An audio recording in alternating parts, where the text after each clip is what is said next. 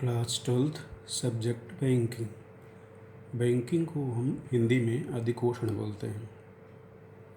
आइए सबसे पहले जानते हैं कि बैंक क्या है, बैंक की उत्पत्ति कैसे हुई, बैंक का इतिहास कैसे रहा। बैंक शब्द की उत्पत्ति के संबंध में अनेक धारणाएं अपने यहाँ प्रचलित हैं।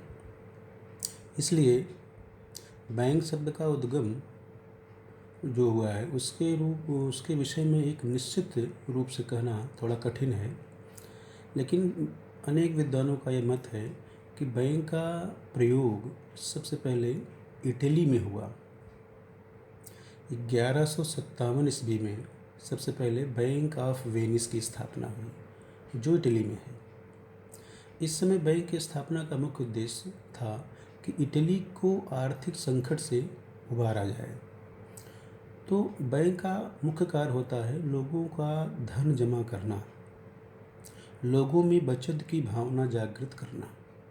इस माध्यम से वहाँ अनिवार्य कर दिया गया कि प्रति व्यक्ति अपनी कमाई का कम से कम 1% धन बैंक में जमा करे और उस जमा राशि पर उसको 4% ब्याज देने की व्यवस्था की गई।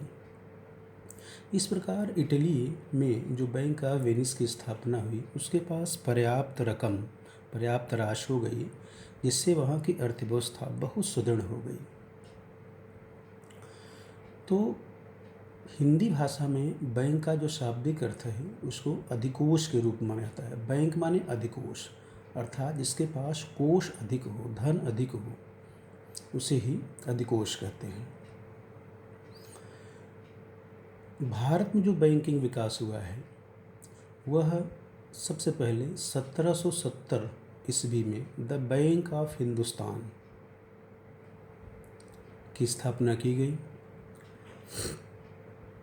18वीं शताब्दी के अंत में बैंकिंग का कार्य मिश्रित पूंजी वाली कंपनियों द्वारा किया जाता था। आइए हम बैंक की परिभाषा के संबंध समझें कि बैंक क्या है, बैंक की परिभाषा क्या है। तो बैंक की परिभाषा अनेक विद्वानों द्वारा अपने मत के अनुसार दिया गया है। तो पहला तो ये है कि कार्य के अनुसार हम बैंक की परिभाषा करते हैं। बैंक का क्या कार्य है? तो क्राउथर के अनुसार है, बैंक अपने और अन्य व्यक्तियों के ऋणों का व्यवसाय करता है। दूसरे हैं हार्ट के अनुसार। हार्ट ने कहा कि बैंकर वह व्यक्ति है या वह संस्था है जो लोगों का रुपया जमा करता है, जिसे वह उन व्यक्तियों के चेक स्वीकार करके भुगतान करता है जिन्होंने वह रुपया जमा किया है अथवा जिनके खाते में रुपया जमा किया गया है। तो बैंक एक प्रकार से ऐसी संस्था है जो लोगों में बचत की भावना जागृत करता है, लोगों में विनियोग की भावना जागृत करता है। इससे धन का संचय होता है और देश की अर्थव्यवस्था बहुत सुदृढ़ हो सकती है और लोगों के पास एक पर्याप्त पूंजी भी धीरे धीरे इकट्ठी हो जाती है बैंक के माध्यम से। तो आम जनता जो है उसका रुपया भी सुरक्षित रहा बैंक में और ब्याज के रूप में वह लाभ भी कमाया।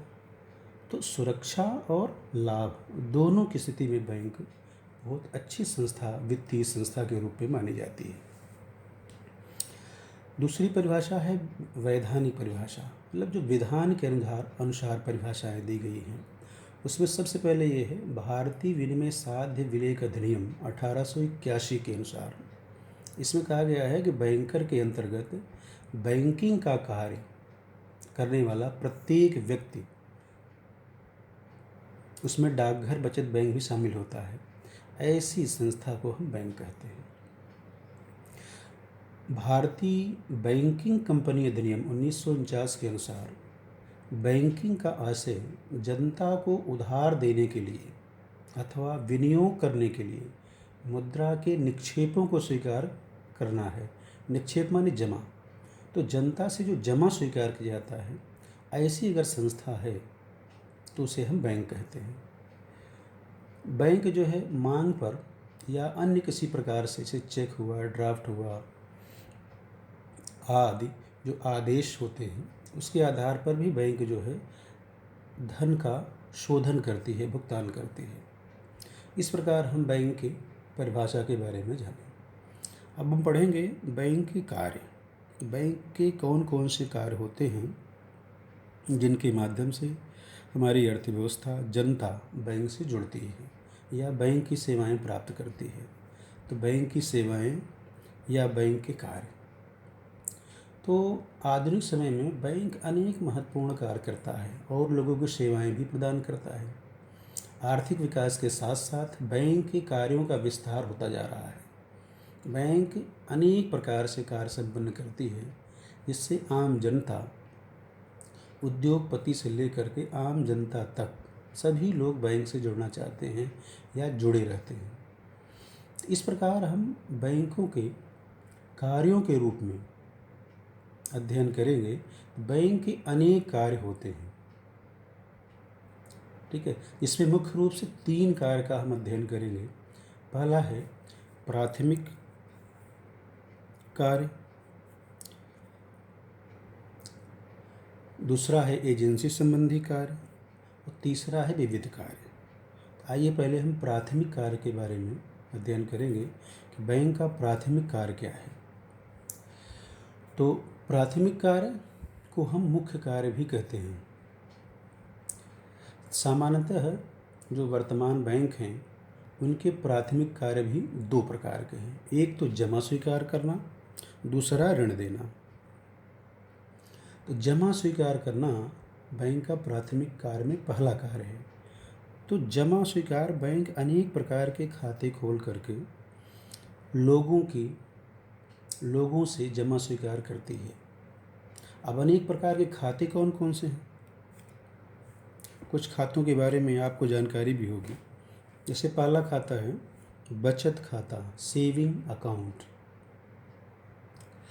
सेविंग अकाउंट वो होता है कि इसमें छोटी छोटी बचत की भावना को जागृत करने के लिए आम जनता से लेकर के बड़े उद्योगपति तक को जोड़ा जाता है कि सभी लोग बैंक से जुड़ें, अपनी जो भी उनके पास बचत है उसको इन्वेस्ट करें, जमा करें। इस पर बैंक 4% से ब्याज देता है प्रति वर्ष, 4%। बैंक इसमें कहता है कि बचत खाते में आप चाहे जब जितनी राशि जमा कर सकते हैं, लेकिन निकालने के लिए केवल यह बताया गया है कि बैंक इस पर जो आदेश देता है वो सप्ताह में 2 बार केवल निकाल सकते हैं, 2 या 3 महीने में 25 बार निकाल सकते हैं। इससे अधिक निकालेंगे तो बैंक कभी कभी सेवा शुल्क भी प्रदान करता है, ले लेता है।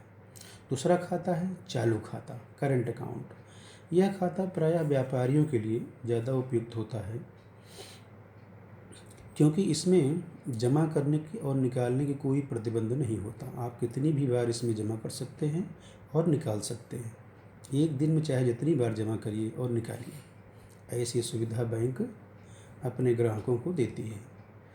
सामान्यतः बैंक चालू खाते में जमा करने पर कोई ब्याज नहीं देता, बल्कि जमाकर्ताओं से कभी कभी ज़्यादा सेवाएं लेने पर वो सेवा शुल्क भी प्रदान करता है।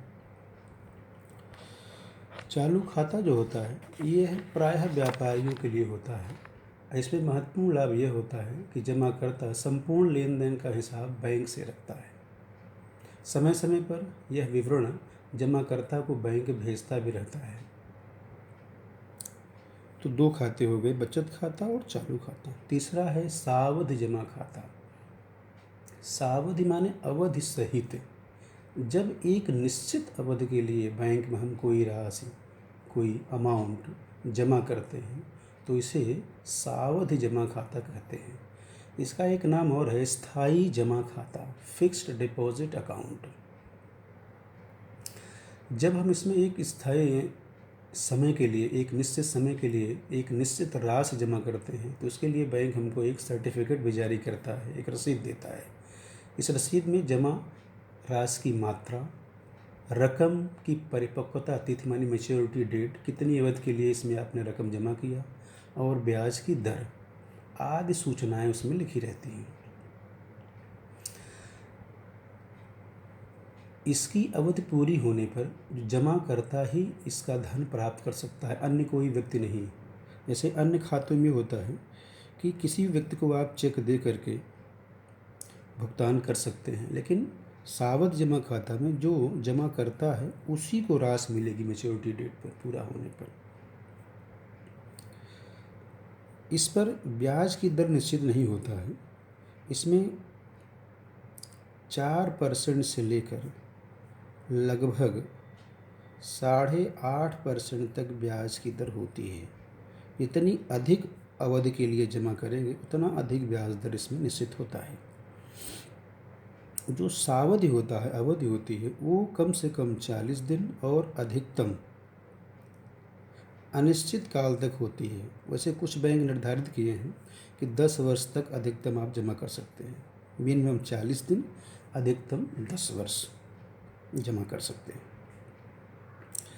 नेक्स्ट अकाउंट है आवर्ती जमा खाता, रिकरिंग डिपॉजिट, जिसको हम लोग आरडी कहते हैं।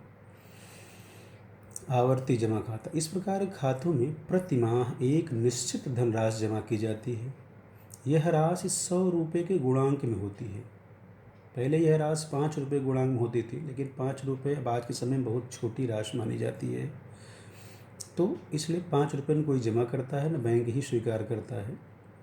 वैसे बैंकिंग अधिनियम ये है कि मिनिमम 5 रुपये भी आप जमा कर सकते हैं, लेकिन आधुनिक समय में बैंक जो व्यवहारिक रूप से कार्य करता है उसमें यह है कि कम से कम आप 100 रुपये जमा करिए। तो आवर्ती जमा खाता में कम से कम 100 रुपये के गुणांक, माने 100 रुपये, 200, 500, इस प्रकार आप जमा कर सकते हैं। इस खाते पर जो ब्याज दिया जाता है वह समयावधि पर निर्धारित होता है, माने कितने अवधि के लिए आप आरडी चला रहे हैं। निश्चित समयावधि की समाप्ति पर जो राशि आपकी जमा रहेगी आवर्ती जमा खाता पर, वह ब्याज सहित आपके बचत खाते उसमें डाल दिया जाएगा अथवा आपको पेमेंट कर दिया जाएगा, जमाकर्ता को पेमेंट कर दिया जाता है। अंतिम एक खाता है घरेलू बचत खाता, होम सेविंग बैंक अकाउंट। इसको बॉक्स अकाउंट भी कहते हैं, घरेलू खाता भी कहते हैं, गुल्लक खाता भी कहते हैं।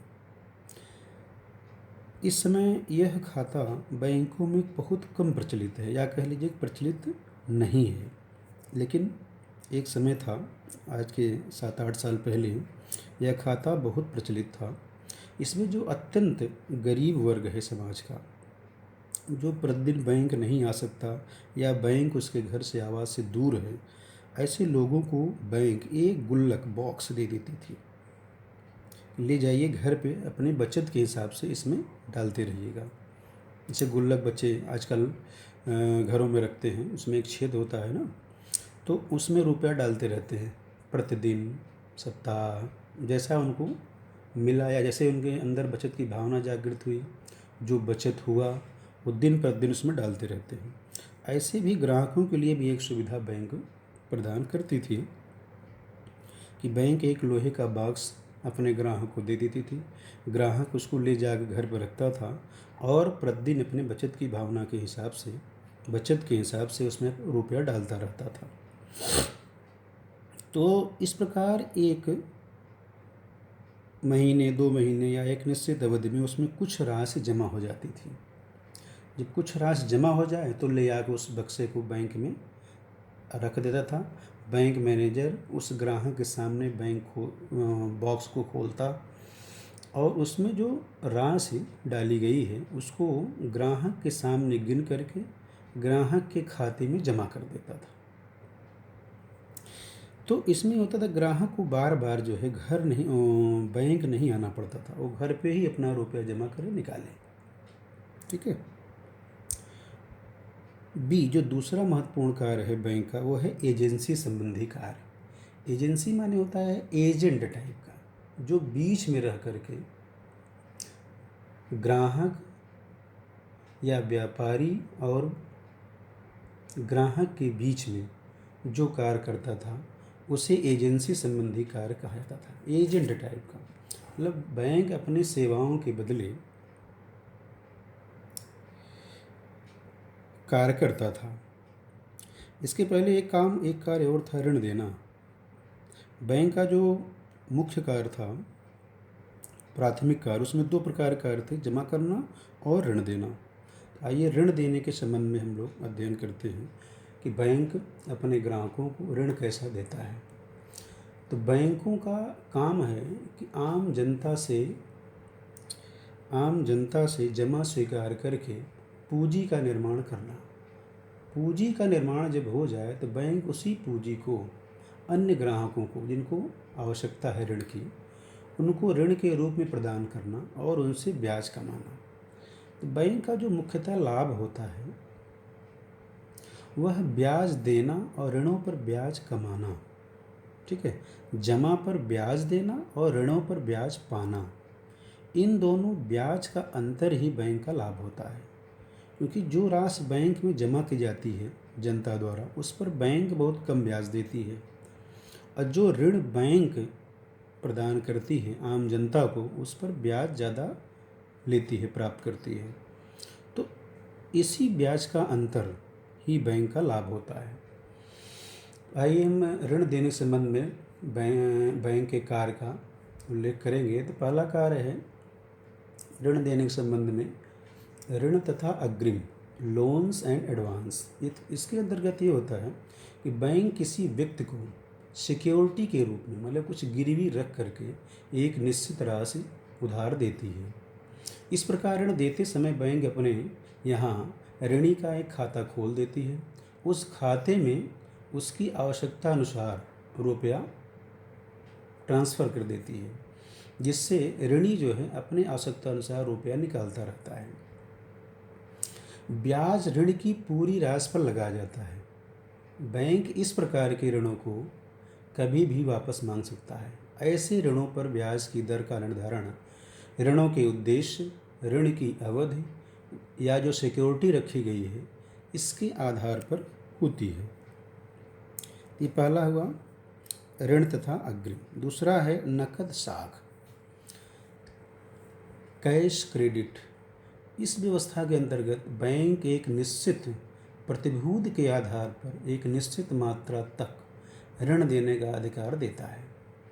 ऋणी अपनी आवश्यकता अनुसार निर्धारित सीमा तक बैंक से रकम लेता है और वापस करता है। बैंक केवल उसी रकम पर ब्याज वसूल करता है जो वास्तव में ऋणी के पास रहती है। कभी कभी कुछ बैंक बिना निकाली गई राशि पर भी ब्याज लगा देते हैं, लेकिन प्रायः नकद साख के अंतर्गत जो ऋण लिया जाता है, उसमें जो राशि ग्राहक द्वारा या ऋणी द्वारा निकाली जाएगी बैंक से, उसी पर बैंक ब्याज लेता है। तीसरा होता है ऋण के रूप में अधिविकर्ष, ओवरड्राफ्ट। अधिविकर्ष, अधि माने अधिक, विकर्ष माने निकाल लेना। जब ग्राहक अपनी जमा राशि से अधिक राशि निकाल ले तो उसे ही कहते हैं बैंक अधिविकर्ष। ऐसी सुविधा बैंक अपने ग्राहकों को चालू खाते पर देती है, करंट अकाउंट पर देती है। क्योंकि करंट अकाउंट केवल व्यापारी ही खोलता है, इसलिए व्यापारी ही ऐसा लाभ प्राप्त करता है। या बैंक के जो विश्वसनीय ग्राहक होते हैं, बैंक के जो बहुत बड़े ग्राहक होते हैं, विश्वसनीय ग्राहक होते हैं, बहुत अधिक दिनों से लेन देन कर रहे हैं, बैंक की साख को बढ़ाते हैं, ऐसे ग्राहकों को बैंक अल्पकालीन अग्रिम रूप में ऋण प्रदान करता है, जिसे बैंक अधिविकर्ष कहते हैं। इस व्यवस्था में बैंक अपने ग्राहकों को उनकी जमा राशि के अतिरिक्त एक निश्चित राशि निकालने की अनुमति देता है।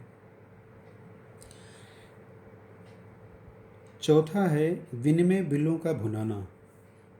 बैंक जो है वो ऋणों को या ऋण देने का एक प्रचलित तरीका अपने ग्राहकों को हुंडियों और बिलों को भुनाने पर भी प्रदान करता है। बैंक सावधि बिलों को, जो यूजेंस बिल्स होते हैं, उनकी कटौती पर व्यापारियों को तत्काल भुगतान कर देते हैं। जब दो व्यापारियों के बीच उधार लेन देन होते हैं, माने क्रेडिट ट्रांजैक्शंस, तो दोनों व्यापारियों के बीच एक बिल लिखा जाता है प्रमाण के रूप में कि लेन देन हुआ है, कब हुआ है, कितने अवधि के लिए हुआ है, तो उसे ही बिल कहते हैं। उस बेस पर भी बैंक अपने ग्राहकों को ऋण प्रदान करती है। इसमें 3 बातों का विशेष ध्यान दिया जाता है। यह बिल जो लिखा गया है दोनों ग्राहकों के बीच, उसकी अवधि क्या है, उसकी राशि क्या है और जोखिम की मात्रा क्या है। इस प्रकार के ऋण सदैव सुरक्षित और लाभदायक होते हैं, बैंकों के लिए भी और ग्राहक के लिए भी, क्योंकि बिल भुगतान की जिम्मेदारी बिल के दोनों पक्षों पर होती है, माने क्रेता विक्रेता, लेनदार और देनदार दोनों पर होती है, जिससे बैंक को दोहरी सुरक्षा भी प्राप्त हो जाती है। उसको रिस्क बहुत कम रहता है, मतलब रिस्क रहता ही नहीं। इसलिए बैंक ऐसे ऋणों को प्रदान करने में कोई संकोच नहीं करता और आवश्यकता होने पर बिल को केंद्रीय बैंक से भुनाया जा सकता है।